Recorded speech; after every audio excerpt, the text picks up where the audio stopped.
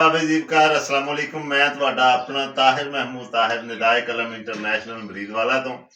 ਤੇ ਹਜ਼ਰਤ ਜੀਵਕਾਰ ਫੁੱਲ ਖਿੜਦੇ ਨੇ ਸਜਦੇ ਗੁਲਾਬ ਦੇ ਰੰਗ ਵੱਖਰੇ ਨੇ ਜੱਗ ਤੇ ਪੰਜਾਬ ਦੇ ਸਾਡੇ ਸਿਰਾਂ ਉੱਤੇ ਪੱਗ ਸੋਹਣੀ ਲੱਗਦੀ ਸਾਰਾ ਹੀ ਜਹਾਨ ਦਾ ਵਸਦਾ ਜਿੱਥੇ ਮਰਜ਼ੀ ਪੰਜਾਬੀ ਹੋਣ ਵਸਦੇ ਦਿਲਾਂ 'ਚ ਪੰਜਾਬ ਵਸਦਾ। ਇਹ ਸੋਹਣੇ ਸ਼ੇਰਾਂ ਦੇ ਖਾਲਕ ਇਹ ਸੋਹਣੇ ਗੀਤ ਦੇ ਖਾਲਕ ਲਈਆ ਦੀ ਧਰਤੀ ਤੋਂ ਸਾਡਾ ਮਾਣ ਚੜ੍ਹਦੇ ਤੇ ਲਹਿੰਦੇ ਪੰਜਾਬ ਦੇ ਵਿੱਚ ਯਕਸਾ ਮਕਬੂਲ ਸ਼ਾਇਰ ਜਿਨ੍ਹਾਂ ਨੇ ਲਈਆ ਦੀ ਧਰਤੀ ਦੇ ਵਿੱਚ ਪੰਜਾਬੀ ਦਾ ਇੱਕ ਐਸਾ ਖੂਬਸੂਰਤ ਪੌਦਾ ਖੂਬਸੂਰਤ ਬੀਜ ਬੋਇਆ ਜਿਹੜਾ ਅੱਜ ਤਨਾਵਰ ਦਰਖਤ ਬਣ ਕੇ ਇੱਕ ਘਣੀ ਛਾਂ ਕੀਤੇ ਹੋਏ ਨੇ ਤੇ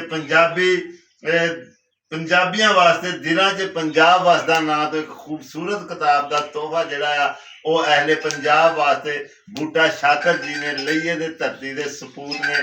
ਇਹ ਜਿਹੜਾ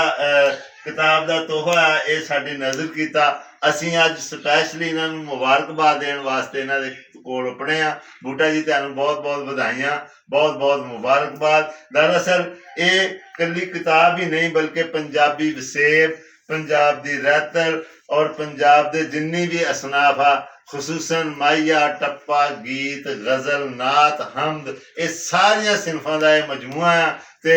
ਇਹ ਕਿਤਾਬ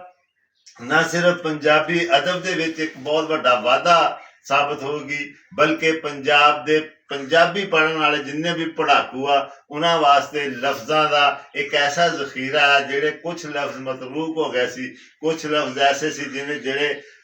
ਸਾਡੀ ਨਵੀਂ ਨਸਲ ਨੂੰ ਨਹੀਂ ਪਤਾ ਤੇ ਬੂਟਾ ਸ਼ਾਕਰ ਜੀ ਨੇ ਆਪਣੀ ਇਸ ਕਿਤਾਬ ਰਾਹੀਂ ਉਹਨਾਂ ਲਫ਼ਜ਼ਾਂ ਨੂੰ ਦੁਬਾਰਾ ਜ਼ਿੰਦਾ ਕੀਤਾ। ਅਸੀਂ ਭਰਪੂਰ ਇਹਨਾਂ ਨੂੰ ਮੁਬਾਰਕਬਾਦ ਪੇਸ਼ ਕਰਦੇ ਹਾਂ ਔਰ ਇਨਸ਼ਾ ਅੱਲਾਹ ਅਜ਼ੀਜ਼ ਬਹੁਤ ਜਲਦ ਇਹਦੀ ਜਿਹੜੀ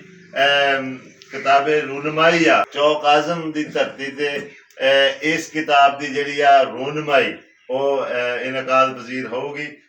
ਸਾਰੇ ਪੰਜਾਬੀਆਂ ਨੂੰ ਦਿਲੋਂ ਸੱਦਾ ਆ ਤੇ ਅਸੀਂ ਬੂਟਾ ਸ਼ਾਕਰ ਨੂੰ ਢੇਰ ਵਧਾਈਆਂ ਪੇਸ਼ ਕਰਦੇ ਹਾਂ। ਵਸਲਾਮ, ਤੁਹਾਡਾ ਆਪਣਾ ਤਾਹਿਰ ਮਹਿਮੂਦ ਤਾਹਿਰ।